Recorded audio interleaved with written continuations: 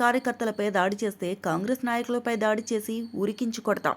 కాంగ్రెస్ నాయకులు పోలీస్ అండతో BRS party దిమ్మెలను కూల్చి బీఆర్ఎస్ కార్యకర్తలపై దాడికి దిగుతున్నారు.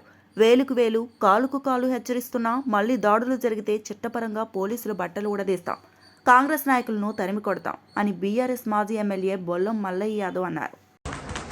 పోలీసులు లాఠీ రాజ్యాన్ని నడిపిస్తున్నారు.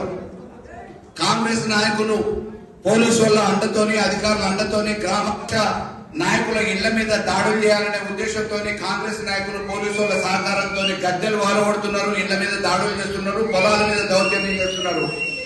ఖబర్దార్ నేను చెప్తా ఉన్న కాంగ్రెస్ నాయకులకి మళ్ళొక్కసారి పునరావృతం అయితే కోదాడు నియోజకవర్గంలో ఎక్కడ గులాబీ జెండాని టచ్ చేసిన బీఆర్ఎస్ నాయకుడిని పైన దౌర్జన్యం జరిగిన